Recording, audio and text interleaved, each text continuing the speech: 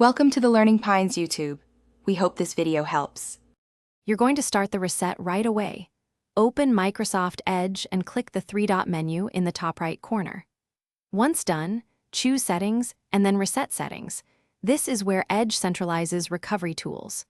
Make sure to sign out or turn sync off if you don't want my profile data changed across devices, because resets affect only local browser state unless sync is active. This step gets you to the exact controls without delay and explains why sync matters before proceeding.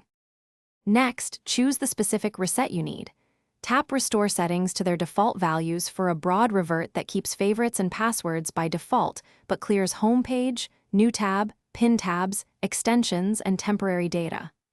Alternatively, use Clear Browsing Data to target cache, cookies, and history.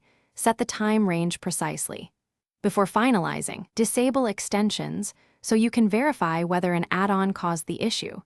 This isolates causes and speeds troubleshooting if the full reset feels excessive.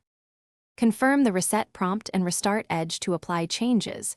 A restart ensures cached modules reload cleanly. After restart, re-enable extensions one at a time so you can identify any problematic add-on. This explains why methodical reactivation matters. If problems persist, create a fresh browser profile or reinstall Edge to replace corrupted program files.